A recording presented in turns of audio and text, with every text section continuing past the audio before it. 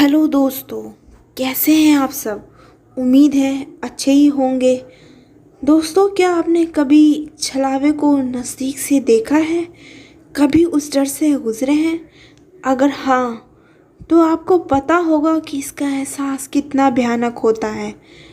अगर नहीं, तो आज की कहानी से आपको थोड़ा सा तो डर का एहसास ज़रूर हो जाएगा। तो दोस्तों, पहली बार अगर आप इस चैनल पे आए हैं तो आप अभी सब्सक्राइब करके बेल का बटन ज़रूर प्रेस करें, ताकि मेरी आने वाली हर कहानी सबसे पहले आप तक पहुंचे। हाँ, अगर आप चाहते हैं मैं आपकी कहानियों को अपनी आवाज़ में सुनाऊं, तो आप मुझे इंस्टाग्राम पर भेज सकते हैं। मेरी आईडी है 2020 फ़िज़ा। तो बिना देरी किए कहानी को पूरा सुनने के लिए बने रहें फ़िज़ा के साथ। दोस्तों, मेरा नाम जतिन दिवेचा है और मैं महाराष्ट्र का रहने वाला हूँ। आज जो मैं आपको कहानी बताने जा रहा हूँ वो मेरे पिताजी के साथ घटी है। उस समय मेरे पिताजी नगर परिषद अचलपुर में नौकरी पर थे।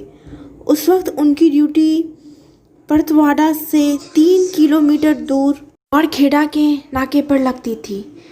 गाड़ी का ज़माना ना होने के कारण पिताजी साइकिल से ही आना जाना करते थे। रात बेरात की ड्यूटी हुआ करती थी। हमारा घर भी गौड़खेड़ा में होने की वजह से एक रात पिताजी 1 बजे नाके की निकले। संतरे के बागीचों की ठंडक थी। रास्ते पर 1-2 लाइटें भी थीं। नाके पर पहुंचने के बाद 20-30 मीटर के अंतर पर उन्हें एक बस दिखाई दी। वो बस वहां नाके पर आकर रुकी और उस बस के ड्राइवर ने कंडक्टर को नीचे उतरकर देखने को कहा कि नाका आया है या नहीं। मेरे पिताजी को यह देखकर सुकून मिला। चलो, कोई तो बस आई। मेरे पिताजी ने देखा कि नाके से कोई आदमी बाहर नहीं आया, तो वो खुद ही अंदर चले गए। नाके के अंदर उन्होंने देखा कि अंदर एक आदमी बड़ी गहरी नींद में सो रहा था। मेरे पिताजी ने उसको उठाया और बोला, अरे बाहर गाड़ी आई है और तुम अंदर आराम से सो रहे हो। वो आदमी एक बार तो चौंक कर बोला कि मैंने तो कोई आवाज़ नहीं सुनी। फिर भी वो मेरे पिताजी के साथ कहने पर बाहर आया तो बाहर कोई बस नहीं थी। मेरे पिताजी को बुरी तरीके से घबरा गए कि बस एकदम से कैसे गायब हो गई। वो नाके वाला आदमी जानता था कि मेरे पिताजी ने जो देखा वो छलावा था। नाके वाले ने सिर्फ ये कहा कि गांव वालों से इसके बारे में पूछ लेना, वो सब कुछ तुम्हें बता देंगे। अगले ही दिन सुबह मेरे पिताजी ने एक गांव वाले किसान से पूछा, कल रात 9 बजे मुझे सवारियों से भरी एक बस दिखाई दी थी और थोड़ी ही देर बाद वो गायब हो गई। तो उस गांव वाले ने बताया कि आज से 5 साल पहले इसी नाके पर एक बस दुर्घटना हुई थी, जिसमें ड्राइवर कंडक्टर समेत 20-30 यात्री मारे गए। तब से अब तक कई लोगों को उस बस समेत ड्राइवर कंडक्टर का छलावा नज़र आता है। मेरे पिताजी ये सुनकर काफ़ी घबरा गए। उसके बाद उन्हें वो बस कभी नज़र नहीं आई, लेकिन वो आज भी उस किस्से के बारे में हमें बताते हैं तो हमें बहुत डर महसूस होता है। तो दोस्तों, कैसी लगी आपको ये कहानी? ये कहानी ज़्यादा डरावनी तो नहीं थी, पर यकीन मानिए, कहते हैं ना, जिस पे बीतती है उसी को डर लगता है। तो अब बढ़ते हैं दूसरी कहानी की तरफ। ये कहानी राजेश की है, जो दिल्ली से उत्तर प्रदेश के अपने पैतृक निवास लौट रहे थे। ट्रेन काफ़ी लेट हो चुकी थी। वे अपने स्टेशन पर उतरे तो रात के 1:30 बज चुके थे। छोटे स्टेशनों पर देर रात को सवारी मिलने में दिक्कत होती है। फिर राजेश का घर शहर के बाहर पड़ता था, इसलिए वे रेलवे लाइन के किनारे किनारे चलने लगे। जैसे ही वे प्लेटफॉर्म छोड़कर पटरियों के किनारे आए, उन्होंने एक औरत को साथ चलते देखा। उन्होंने पूछा तो उसने बताया कि वह हॉस्टल से घर आ रही थी। ट्रेन लेट होने की वजह से परेशानी में पड़ गई। इत्तेफाक से उसका घर उस गुमटी के पास ही था जहाँ से राजेश का घर का रास्ता निकलता था। उसने कहा ठीक है, उसे घर जाकर ही वह आगे बढ़ेगा। उसने बताया कि वह इंटर में पढ़ती है और उसके पिता का नाम अर्जुन सिंह है। उसने पूछा क्या आप बैडमिंटन खेलते हैं? राकेश ने कहा हाँ खेलता हूँ। उसने बताया कि क्या वह टूर्नामेंट में उसे खेलते हुए देख चुकी है। रेल लाइन की एक तरफ खेत था, दूसरी तरफ छिटपुट आबादी। कुछ घर अभी बन ही रहे थे, कुछ घरों से रोशनी आ रही थी। उसके साथ बात करते हुए कब हम रेल फाटक के पास पहुंच गए पता ही नहीं चला। उसने इशारे से राजेश को अपना घर दिखाते हुए कहा कि अब वह चली जाएगी। राजेश ने कहा कि उसे घर तक पहुंचाकर आगे बढ़ेगा, लेकिन उसने कहा अब कोई परेशानी नहीं है। तभी राकेश ने कहा कि वह घर पहुंचाने के बाद ही आवाज़ देगी, तभी वह आगे बढ़ेगा।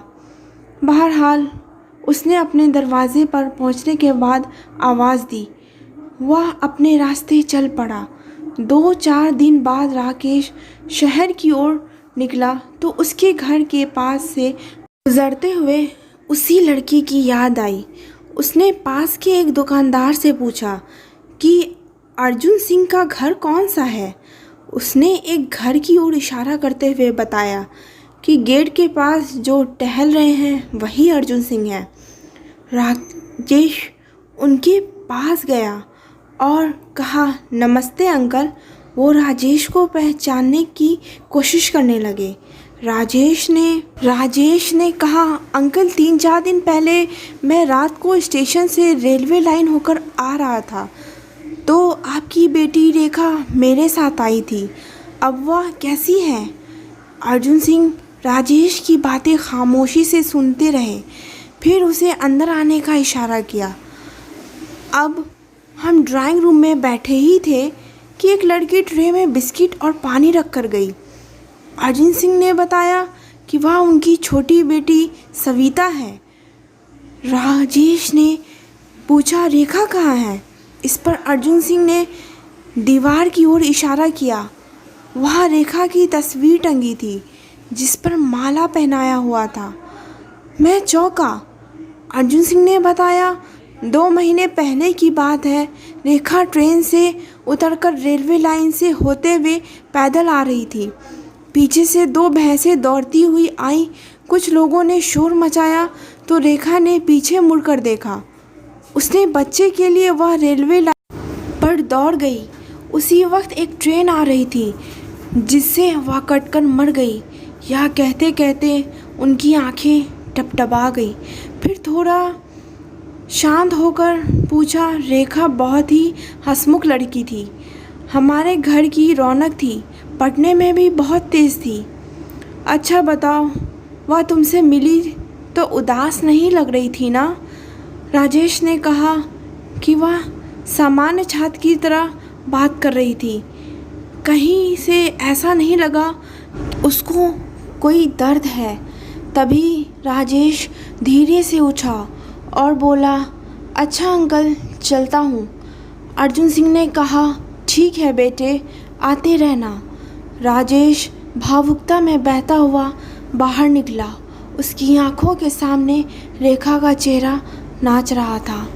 चलिए दोस्तों, तो अब बढ़ते हैं अगली कहानी की तरफ। मेरा नाम विशाल प्रताप सिंह है और मैं झारखंड के धनबाद का रहने वाला हूँ। वैसे धनबाद अपने लड़ाई दंगों के लिए प्रसिद्ध है, लेकिन आज जो मैं आपको कहानी बताने जा रहा हूँ वो इससे ज़रा हटके है।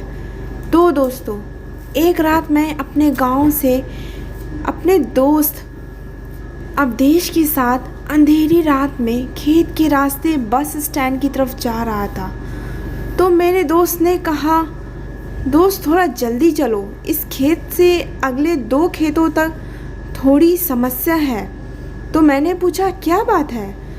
तो उसने बार बार बात को टाल दिया, लेकिन मेरे ज़्यादा दबाव डालने पर उसने पूरा किस्सा सुनाया। बहुत साल पहले अपने गांव से रात को इन्हीं खेतों से एक आदमी गुज़र रहा था। रास्ते में वो पेशाब करने के लिए एक पेड़ के नीचे रुक गया। उसके बाद वो थोड़ा चला, उसे किसी बच्चे के रोने की आवाज़ आई। तो उसने सोचा रात को पहरा देने वाली का बच्चा होगा, लेकिन तभी याद आया कि ये खेत तो रामेश्वर काका का है, जो 3 साल पहले यहाँ फांसी लगाकर मर गए थे। वह आदमी सहमे हुए कदमों से आगे बढ़ता रहा और उसके दिमाग में उन लोगों की बातें याद आई कि इस खेत से गुजरते वक्त रात को कभी पीछे मत मुड़ना, कोई रास्ता पूछे तो उनकी आँखों और पाँव को मत देखना, कोई कितना भी बोले मत सुनना। ये सब बातें दिमाग में सोचने से उस आदमी की हालत बहुत बुरी हो गई और सोचने लगा कि उसने यहाँ आने से पहले ये सब क्यों नहीं सोचा। वो जैसे जैसे आगे बढ़ता वैसे वैसे बच्चे की आवाज़ और तेज़ होती जाती और ऐसा लग रहा था जैसे वो उसके साथ ही चल रहा हो। तभी अचानक उसने देखा कि एक पेड़ में बंधे झूले में बच्चा लेटा रो रहा था। तो डरते हुए उसने आवाज़ लगाई कि ये किसका बच्चा है, लेकिन कोई नहीं सुना। वो डर के मारे आगे बढ़ गया, लेकिन बच्चे की किलकारी सुनकर उससे रहा नहीं गया और पीछे मुड़कर देख लिया तो उसने देखा वो बच्चा झूले के पीछे पड़ा था। रहम के मारे उसने उस बच्चे को गोद में उठाकर भागने लगा। थोड़ी देर बाद वो बच्चा उसे भारी लगने लगा और देखकर चौंक गया कि उसके पैर लंबे होकर ज़मीन को छूने वाले थे। उसने घबराकर बच्चे को गोद से गिरा दिया। जैसे ही वो बच्चा गोद से गिरा तो बच्चा बड़े आदमी की तरह ज़ोर से हंसकर बोला, तू आज तो बच गया। अगर मेरे पैर ज़मीन छू लेते तो तुझे आज यहाँ कोई नहीं बचा सकता, तेरी मौत तय थी। ये कहते ही वो बच्चा गायब हो गया। वो इंसान गिरते पड़ते घर तक पहुँचा और घर पहुँचते ही बेहोश हो गया। तब उसे होश आया तो उसने गांव वालों को ये सारी कहानी बताई। जैसे ही मैंने ये किस्सा सुना तो घबराहट के मारे ना पीछे मुड़े, ऐसा ज़ोर से भागा और कभी उस प्रेत बाधित खेत से रात को नहीं गुजरा। बढ़ते हैं आखिरी कहानी की तरफ। एक शाम मैं कुछ लोगों के साथ बैठा था जो एक कार्यक्रम के बाद रुक गए थे। मुझे याद आता है कि वह कोई ध्यान का सत्र था। वे सब लोग मेरे इस कार्यक्रम में दूसरी या तीसरी बार आए थे और भारत के बारे में, मेरे विचारों के बारे में जानने या मेरे साथ सिर्फ कुछ वक्त बिताने के लिए बहुत उत्सुक थे। इसलिए मैंने ही उन्हें कुछ देर बातचीत करने के लिए रोक लिया था। जिस केंद्र में यह सत्र आयोजित किया गया था वह मेरे आयोजक के घर, जहां मैं रुका हुआ था, से लगा हुआ ही था, इसलिए वापस जाने की कोई जल्दी नहीं थी।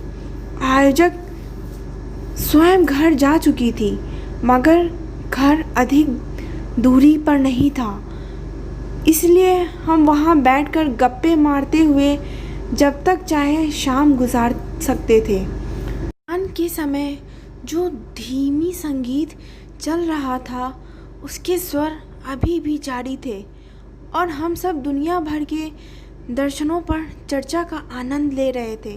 तभी अचानक बिजली और संगीत बंद हो गए और अगले ही क्षण दोनों फिर चालू हो गए। यह सब आश्चर्य से एक दूसरे को देखते रह गए।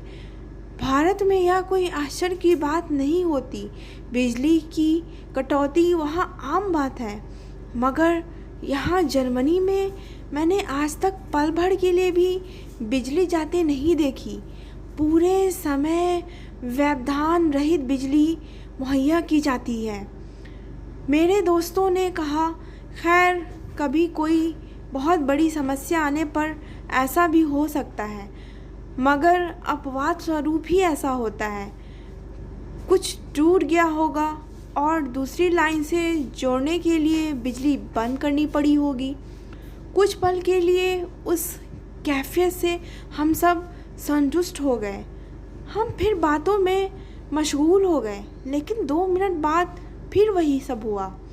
हम फिर एक दूसरे की तरफ ताकते हुए इंतज़ार करने लगे। ऐसा 3 बार हुआ। तो यह असामान्य बात नहीं थी। क्या मामला है देखने के लिए हम उठ खड़े हुए और सोचा अपने आयोजक से बात की जाए कि पहले भी कभी ऐसा हुआ है क्या। जब हम ध्यान वाले कमरे से बाहर निकले, हमें सामने वाला दरवाज़ा बंद होने की आवाज़ सुनाई दी और जब मैंने खिड़की से बाहर झांक कर देखा तो एक काला साया भागता दिखाई दिया। मैंने ध्यान से देखा तो उसका चलने का ढंग वगैरह देखकर मुझे लगा मैं उस आकृति को पहचान रहा हूँ। और लो, वह तो आयोजक ही लॉन पार करके अपने घर की तरफ जा रही थी। सामने पहुंचकर उसने दरवाज़ा खोला तो कमरे की रोशनी उस पर पड़ी और मेरा शक दूर हो गया। निश्चय ही मैं अकेला नहीं था जिसने उस खिड़की से लॉन में दौड़ लगाते देखा था। कमरे में अजीब सा सन्नाटा छा गया। सभी ने खिड़की से बाहर दरवाजे से फ्यूज़ बॉक्स तक गौर से नज़र दौड़ाई। फ्यूज़ बॉक्स का दरवाज़ा जल्दबाजी में थोड़ा सा खुला रह गया। मेहमानों से कहा गया कि समझ में नहीं आ रहा था, मगर हमने अपनी बातचीत को वहीं विराम दिया और आपस में गुड नाइट कहकर विदा हो गए।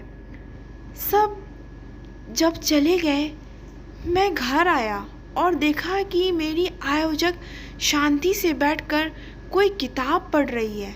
उसने मुझे हेलो कहा और मुझे आश्चर्यचकित देने की कोशिश करने लगी। मैंने सीधे सीधे पूछा, आपने मेन स्विच से कमरे की बिजली क्यों बंद कर दी थी। उसने फिर वही झूठ आश्चर्य प्रकट करते हुए कहा, नहीं, मैं वहाँ नहीं थी, मैं तो पूरे समय यही थी। लेकिन मैं जानती हूँ। अब उसकी आवाज़ ज़रा धीमी हो गई। मैंने कहा, कभी कभी ऐसा होता है यहाँ। मुझे लगता है कोई अतृप्त आत्मा है जो रोशनी के लिए इधर उधर भटकती रहती है। मुझे लगता है कि निश्चय ही मैं उस वक्त भौचक रह गया हूँगा और उसे अविश्वास और आश्चर्य से घूरता हुआ सोच रहा हूँगा कि इस बात पर बहस करना मौजू होगा या नहीं। मैंने कोई बात ना करने की उचित समझा। अगर वह इतना बड़ा नाटक कर सकती थी तो अब अपनी बात से पीछे हटने वाली नहीं थी, इसलिए बहस में क्यों उलझना। मैंने विषय ही बदल दिया। लेकिन मैंने उसे यह बता दिया कि मैं इन फिजूल की बातों पर बिल्कुल यकीन नहीं करता। एक अनोखी अनुभूति मुझे हुई। एक मज़ेदार वाक़या मेरे साथ हुआ था। एक और सीख मुझे मिली।